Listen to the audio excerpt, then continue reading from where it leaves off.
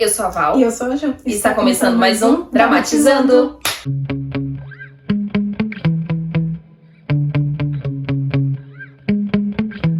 Yeah. Sometimes I get so mad, there's no controlling me. My thoughts get so bad, I'm like, I might grab a bat, I don't know. My wrath, my blood boils over like, oh God, here goes. I lost all feeling from my head to my toes. You said some shit that I can't let go, so just stay tuned for the rest of the show. Fala, galera! Sejam todos muito bem-vindos ao canal. Muito obrigada por estar assistindo mais um vídeo. Se você é novo por aqui, não se esqueça de se inscrever. Deixar o seu like, ativar o sininho e já comentar alguma coisa aí. E não se esqueça de ir lá nas redes sociais e nos seguir. TV Dramatizando em todas elas. Please like and subscribe. Hoje nós trouxemos a primeira edição de um novo quadro aqui que nós iremos chamar de Semana do Artista. Então a gente vai contar um pouquinho sobre alguém específico e depois a gente vai indicar alguns trabalhos, sejam séries, sejam filmes, sejam músicas, enfim, o que esse artista tiver feito de legal a gente vai indicar para você conhecer um pouquinho. Eu comecei essa semana, assim, abrindo com chave de ouro esse novo quadro aqui no canal com Natalie Portman. Essa diva. Deusa. Incrível. Essa diva maravilhosa. Natalie Hershleg, mais conhecida como Natalie Portman, né, o nome artístico dela, nasceu dia 9 de junho de 1981, tendo agora 41 anos. Ela nasceu em Jerusalém, lá em Israel, e ela tem dupla nacionalidade, né? Então ela tem nacionalidade israelense e americana, né, norte-americana, porque a mãe dela é americana e o pai dela é um médico lá de Israel. Casada com um francês e tem 2 filhos, e além de ser atriz, ela também é produtora e diretora. Ela também se formou em psicologia na Harvard, porque não podia ser qualquer universidade, tinha que ser a universidade mais conceituada do mundo, Sim, né? que é super difícil de entrar, né? Super, não precisa ser ter só dinheiro ou só inteligência, precisa ter os dois. Sim. Ou seja, é muito difícil.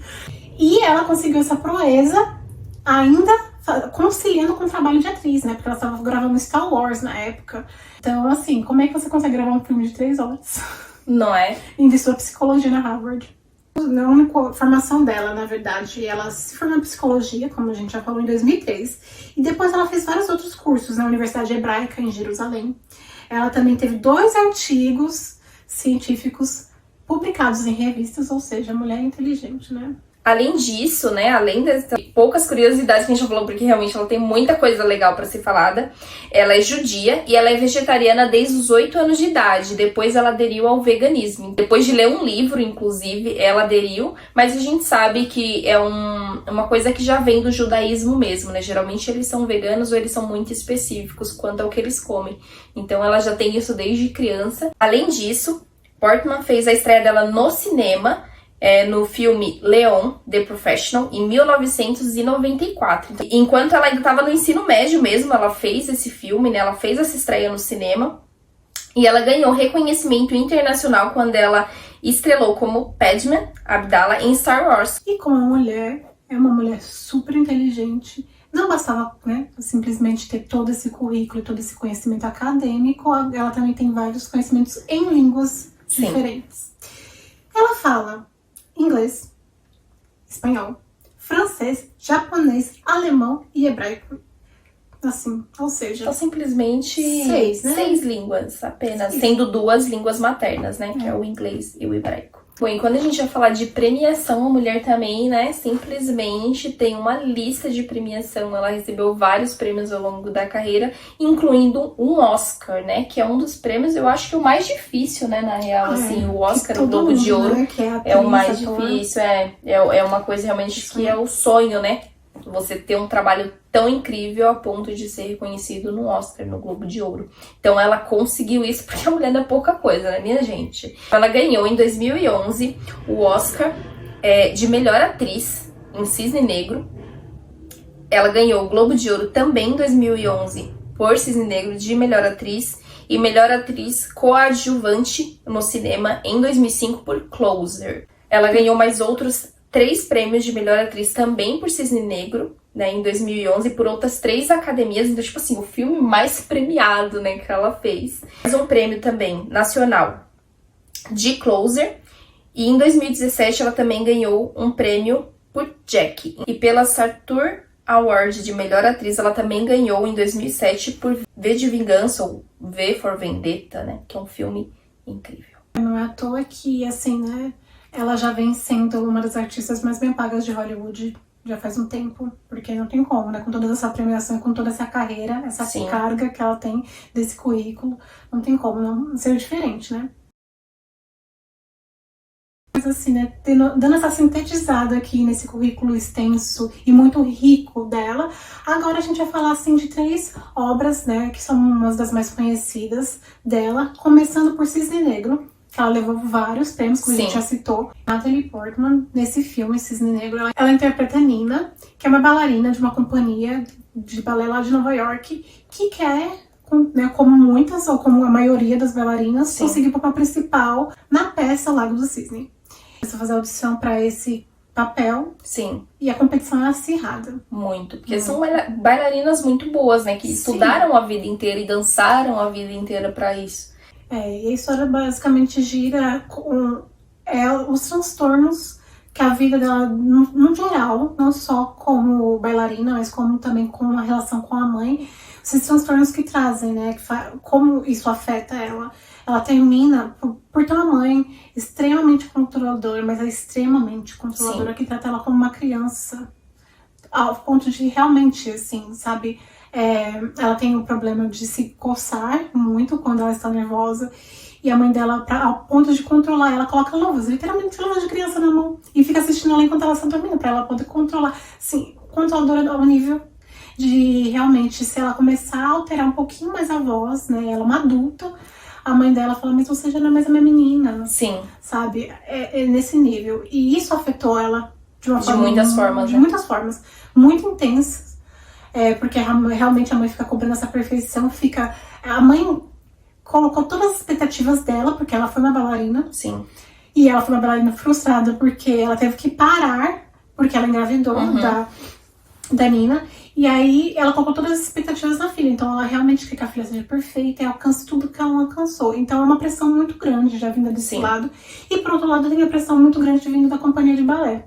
Porque ela quer o papel principal. E aí tem o autor da companhia que é extremamente tóxico. Que compara todas as meninas, né? Ele realmente leva elas ao limite, né? Além de comparar, ele assedia muito as meninas, né? Então, realmente leva elas ao limite máximo, faz esse teste e ela desempenha muito bem o papel do cisne branco. Só que para fazer o cisne negro, ela tem algumas travas, né? Ela é muito focada em perfeição e o papel do cisne negro, ele não pede perfeição, ele pede uma performance diferente. E ele justamente leva ela a querer se abrir ao mundo, mas de uma forma muito violenta, né? Ele acaba assediando ela, ele acaba fazendo, né, com que ela se sinta mal por conta do que ela não tá conseguindo desempenhar aquele papel. Então, realmente relações tóxicas de todos os lados. Mas eu acho legal falar também que o filme, ele praticamente é como se fosse a peça, porque essa peça realmente existe, né? Balé, né? Do Lago do Cisne, ela realmente existe. E é como se o filme fosse a representação dessa peça em forma de filme mesmo, né? Então, a todo momento a gente vai vendo coisas que acontecem na peça do balé, nos atos do balé, acontecendo no filme mesmo. Então, eles conseguiram mesclar muito bem nessa parte de fazer realmente uma peça de balé, uma coisa que é apresentada num teatro, virar uma obra da sétima arte, né? Pra quem não sabe, a escultura do Lago do Cisne é basicamente, né, uma princesa que foi enfeitiçada, teve que ficar presa no corpo de um cisne. E essa princesa é o cisne branco, né? Sim. Mas tem uma gêmea que já é completamente ao contrário dela, né? Não é boa, não é pura, não é meiga, é completamente o contrário, que é o cisne negro.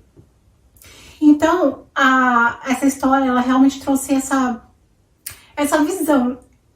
Só tem uma Nina, só que a Nina ao mesmo tempo fica lutando o tempo todo contra si mesma, né? E realmente, essa história você consegue ver sendo reproduzida durante o filme.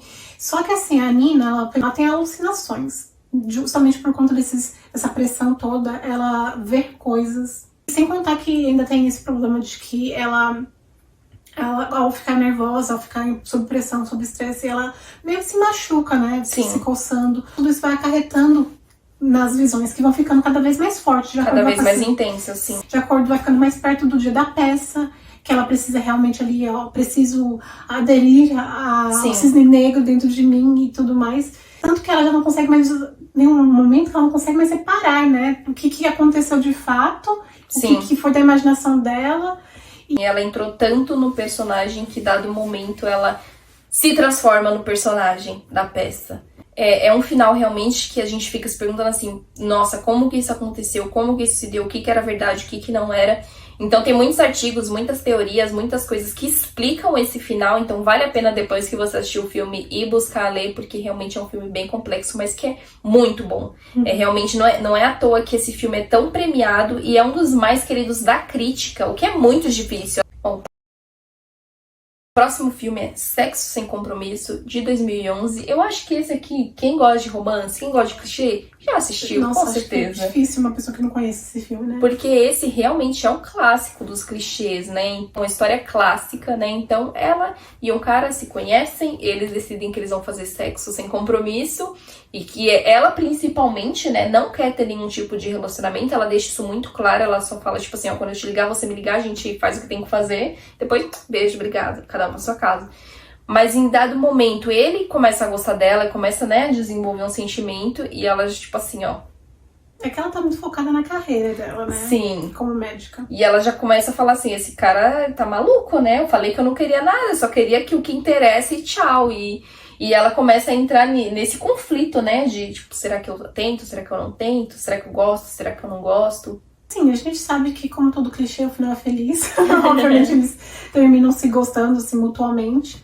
Mas é um filme interessante de se ver porque, assim, óbvio, existem outros filmes com essa mesma temática, né?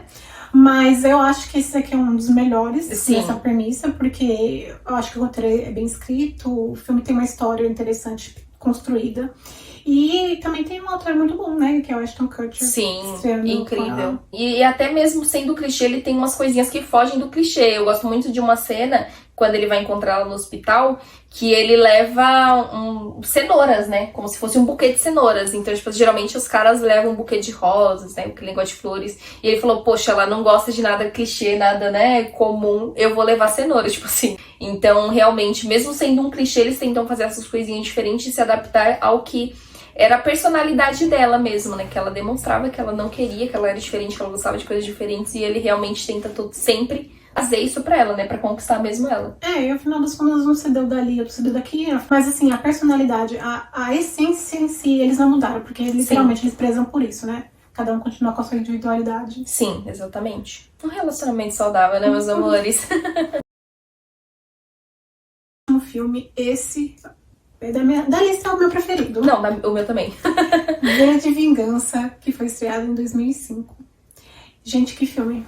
Literalmente, se eu precisar explicar mais, assim, eu acho que vou terminar falando muito, porque esse filme é muito bom. Esse filme é muito bom. Muito bom. Basicamente, vamos dizer assim, que ele retrata um pouco da realidade que a gente viveu frente à pandemia, né? Sim.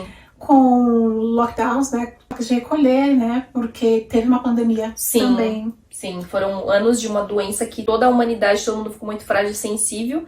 E a política, né, o governo fez muita coisa que deixou ainda mais sensível. Guerras também. Guerras, então. Sim. E o governo virou extremamente autoritário, né? Realmente não dava margem para nenhum tipo de expressão, né? Realmente tinha que só acatar. A maioria das pessoas acatavam, só que tem uma pessoa específica que ele falava. Que é o V, né? Que é o ouvir.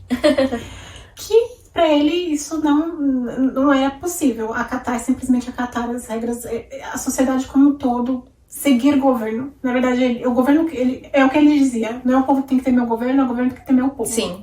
Então ele tinha sede por vingança, por várias atrocidades que aconteceu com ele, assim, no passado. Sim. Atrocidades mesmo, tanto que o corpo dele é deformado, né? Por umas dessas, e aí ele usa uma máscara. Então o filme inteiro você não vê o rosto dele em nenhum momento. Nenhum momento. Ele terminou cruzando o caminho da Ivy, a Natalie Portman, e ele termina salvando de uma situação ali, porque ela furou, né, o toque de recolher em uma determinada noite.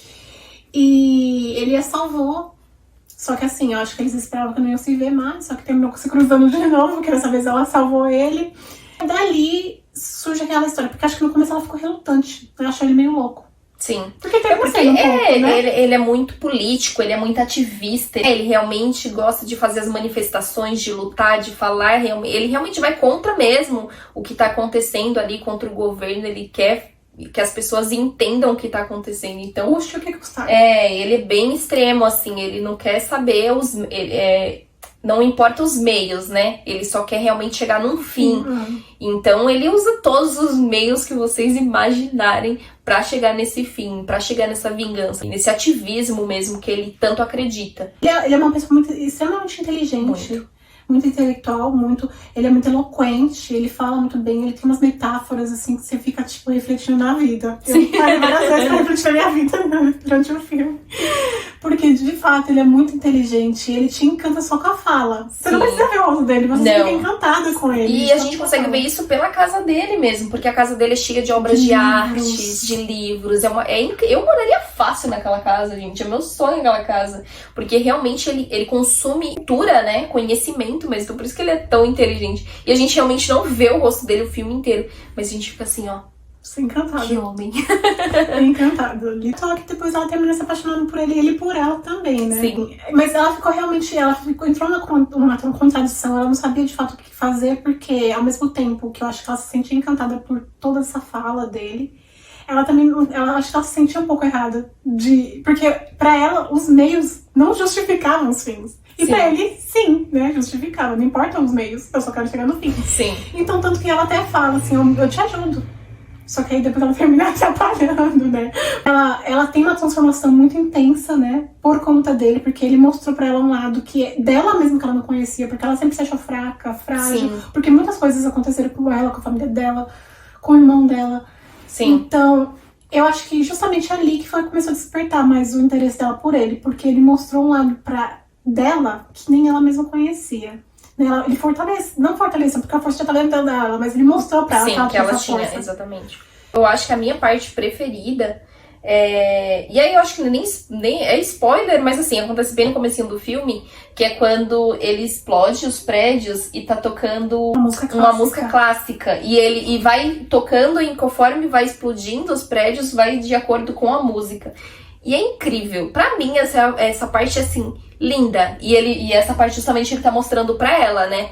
Dentro de um terraço e tal. E aí ele vai mostrando e contando e parafraseando e falando coisas que você fica assim, oh meu Deus. Mas é um filme que realmente vale a pena, principalmente eu acho que aqui no Brasil, né, como a gente... não só aqui no Brasil, né, mas principalmente aqui porque acabamos de passar por uma eleição, mas no mundo como um todo, porque passamos por uma pandemia, estamos nos recuperando ainda de uma pandemia, porque ainda tem muitos casos da Covid, então eu acho que é um filme interessantíssimo. Se você não assistiu ainda, assista, porque ele realmente faz a gente se sentir como se ele foi gravado, tipo, esse ano, sabe? É um filme que estreou esse ano.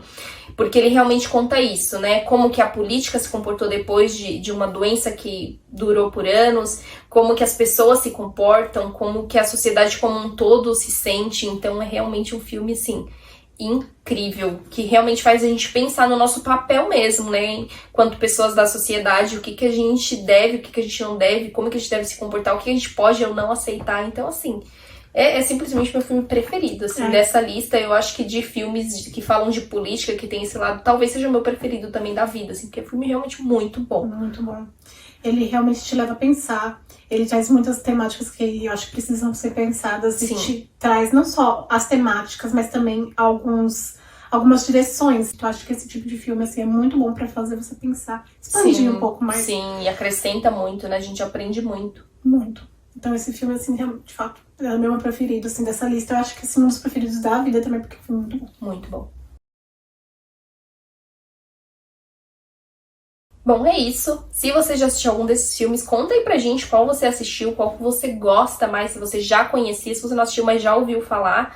Se você vai assistir, e quando você assistir, volta aqui depois e conta pra gente o que você achou. Não se esquece de se inscrever aí no canal, deixar o seu like, ativar o sininho. E lá nas redes sociais, não seguir TV Dramatizando em todas elas, conteúdos diariamente. A gente se vê no próximo. Dramatizando. Tchau!